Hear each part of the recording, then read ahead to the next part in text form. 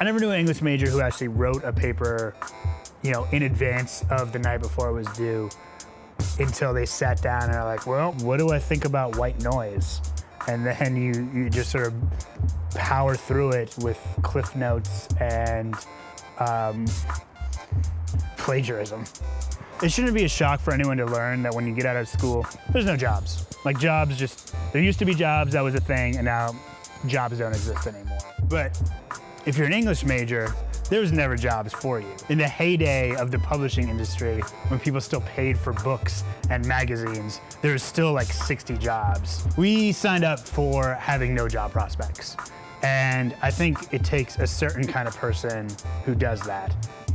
They gave us an essay like right at the start of my program called On Bullshit. And the idea is that bullshit is something that you say that might be true. It could be, might not be, you don't know. And they were like, always make arguments you think are true.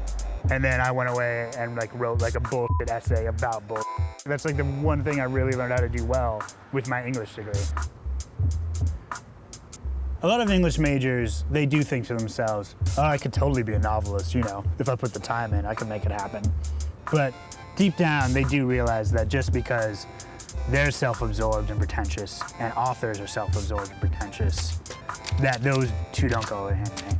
I mean, I can vouch for myself. I always thought I could be a novelist, but let's be real.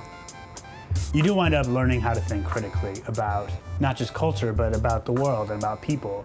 And that does open you up to everyone's perspective and giving everybody a shot. You can always connect with people who maybe were English majors, or just who like culture, who like books, who like movies, who like TV, who like music, because you have opinions about them and you can talk about that. I don't know if it's worth $200,000, but it is a good thing to have in your life.